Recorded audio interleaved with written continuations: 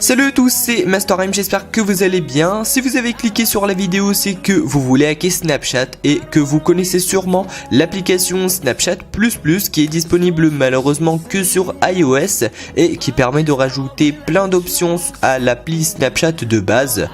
Et bien aujourd'hui je vais vous présenter une alternative vraiment complète de cette application, cette fois-ci sur Android.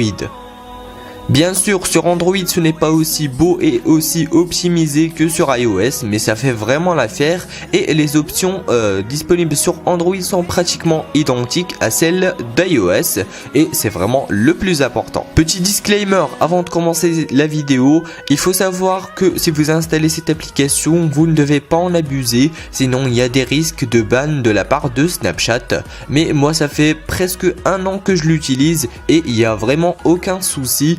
Et ça dépend vraiment de l'utilisation. Vous l'aurez compris, aujourd'hui on va parler de l'application Casper. Mais avant de la télécharger, il faudra aller dans les paramètres de votre smartphone et aller cocher source inconnue dans l'onglet sécurité, ce qui va vous permettre de télécharger Casper. Ensuite, vous allez sur Google et vous tapez Casper APK et vous cliquez sur le premier lien. Pour les flemmards, vous avez bien sûr le lien en description. Une fois sur le site, vous descendez un petit peu et vous cliquez sur la dernière version. Ensuite, vous redescendez et vous cliquez sur Download APK. Vous acceptez l'installation via Chrome et normalement Casper commence à se télécharger. Une fois Casper téléchargé et installé, vous l'ouvrez et vous vous connectez avec votre compte Snapchat et vous serez déconnecté de la vraie application, ce qui est tout à fait normal. Une fois connecté sur Casper, vous tombez sur le chat de Snapchat où vous pourrez voir les messages sans marquer vu, prendre des screens, etc.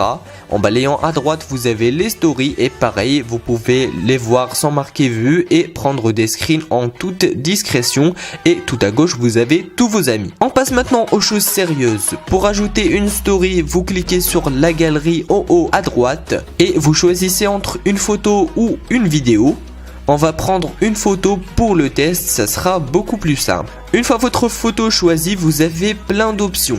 Changer la localisation, par exemple ici on va mettre Miami pour le kiff. Vous avez encore plus de filtres qui ressemblent énormément à ceux de Instagram, ce qui est pas plus mal d'ailleurs. Vous avez des emojis en plus, les emojis d'iOS. Et en plus vous pouvez faire tout ce que vous pouvez faire sur l'application Snapchat de base, c'est-à-dire dessiner, écrire, etc. En tout cas, moi je vous laisse découvrir les autres options sans vous spoiler.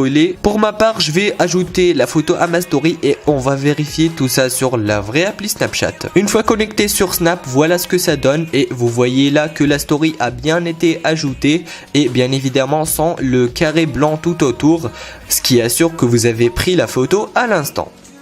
La vidéo est maintenant terminée, j'espère qu'elle vous aura plu. Si c'est le cas, n'oubliez pas de vous abonner, de lâcher votre petit pouce bleu, ça m'encouragerait beaucoup à continuer sur YouTube.